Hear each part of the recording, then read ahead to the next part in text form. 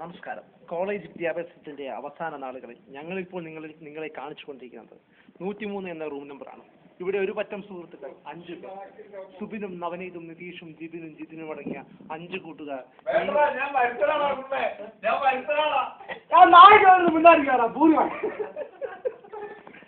ഈ നടപടികൾ ഞങ്ങൾ നടന്നു തിരിയുമ്പോൾ സൗഹൃദത്തിന്റെ ഒരു പറ്റം കൂട്ടായ്മയുണ്ട്. 5 സുഹൃത്തുക്കൾ ഇവിടെ ഒത്തുചേരുകയാണ്. 2009-2013 ബാച്ചിലെ AMS കോളേജിലെ വിവിധ ബ്രാഞ്ചുകളിൽ നിന്ന് പഠിച്ചിറങ്ങുന്ന ഈ വിദ്യാർത്ഥികൾ ഇന്ന് നിങ്ങളെ പരിചയപ്പെടുത്തുന്നത് ഞങ്ങളുടെ സ്വന്തം റൂം നമ്പറായ 103. നിന്റെ അമ്മയുടെ കുണ്ടി പൂർണ്ണമായ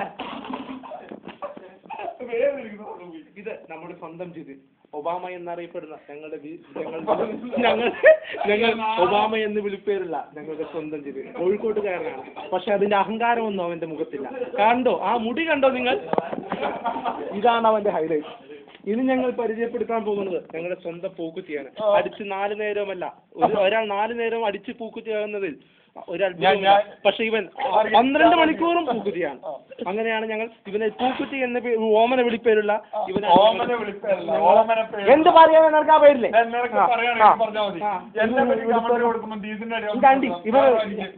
ഇവന് ഭാഗ്യദോഷത്താൽ ഒരു ലൈനുമുണ്ട്, പേര് 5.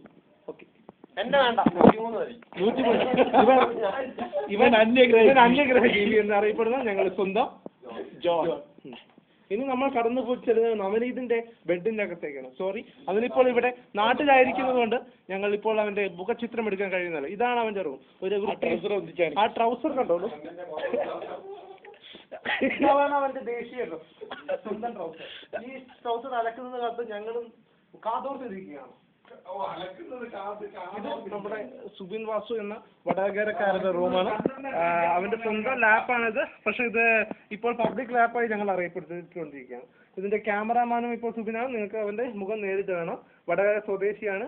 അവന്റെ മെയിൻ ഹൈലൈറ്റ് അവൻ തിരിഞ്ഞു നിൽക്കുമ്പോൾ കാണാവുന്നതാണ്. ഇതാണ് അവന്റെ സ്വന്തം കൊതുകുവല. കൊതുകുവല കണ്ടിട്ട് നിങ്ങൾ അത്ഭുതപ്പെടേണ്ട. ഇത് അടിച്ചു മാറ്റിയതാണ് വേറെ റൂമെന്ന്. ഇതാണ് ഞാൻ സ്വന്തം ഞാൻ നിതീഷ് കുമാർ, വയനാട്ടുകാരനാണ്. ഇതാണ് എൻ്റെ മാസ്റ്റർ ബെഡ്റൂം. അങ്ങനെ പല നായിന്റെ മകളും കുറെ. ഇതാണ് എൻ്റെ സ്വന്തം മുണ്ടു. ഇതോടെ ഞങ്ങൾ ഇവിടെ അവസാനിപ്പിക്കുകയാണ്. ഞങ്ങളുടെ 103 എന്ന റൂം നമ്പറിലെ 5 സുഹൃത്തുക്കളെ കഥ നിങ്ങൾ ഏവർക്കും ഇഷ്ടപ്പെടുന്ന വിചാരത്തോടെ പ്രത്യാശയോടെ നിർത്തുന്നു. നമസ്കാരം.